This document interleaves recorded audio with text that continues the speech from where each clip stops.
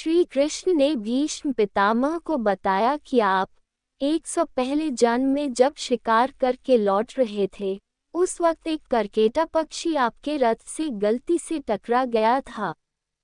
इस पर आपने उसे अपने बाण से नीचे गिरा दिया था। गंगापुत्र भीष्म पितामह। महाभारत युद्ध में भीष्म पितामह के बाणों की शैया पर लेटे होने का प्रसंग बहुत ही प्रसिद्ध है। इस प्रसंग के मुताबिक भीष्म को बाणों की शैया पर लेटकर अपनी मौत का इंतजार करना पड़ा था। महाभारत युद्ध से जुड़े प्रसंगों में भीष्म पितामह को बाणों की शैया मिलने के वजह के बारे में भी बताया गया है, जिसकी जानकारी बहुत कम लोगों को है। ये प्रसंग जानना हम सबके के लिए इसलिए भी जरूरी है ताकि हम ये समझ सके कि हमारे बुरे कर्मों का फल हमें अगले जन्मों तक भी मिलता रहता है। भीष्म पितामह बड़े ही तपस्वी थे। वे पराक्रमी थे। उनका मानना था कि उन्होंने अपने कई जन्मों में कोई बुरा काम नहीं किया है, लेकिन सच यह नहीं था।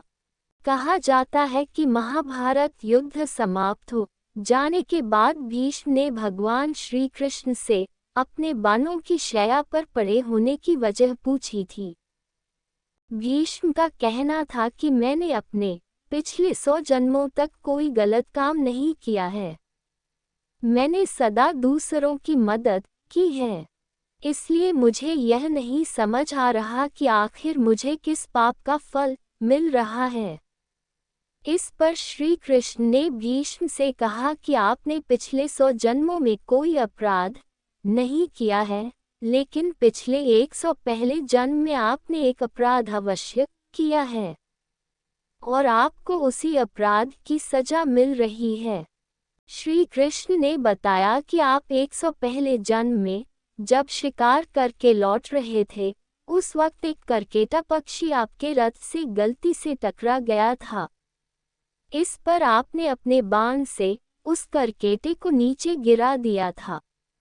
वह पक्षी नीचे कांटों की झाड़ियों में जा गिरा था, जो उसमें 18 दिन तक फंसा रहा। उस पक्षी ने आपको श्राप दिया था कि आप भी एक दिन ये दर्द झेलेंगे।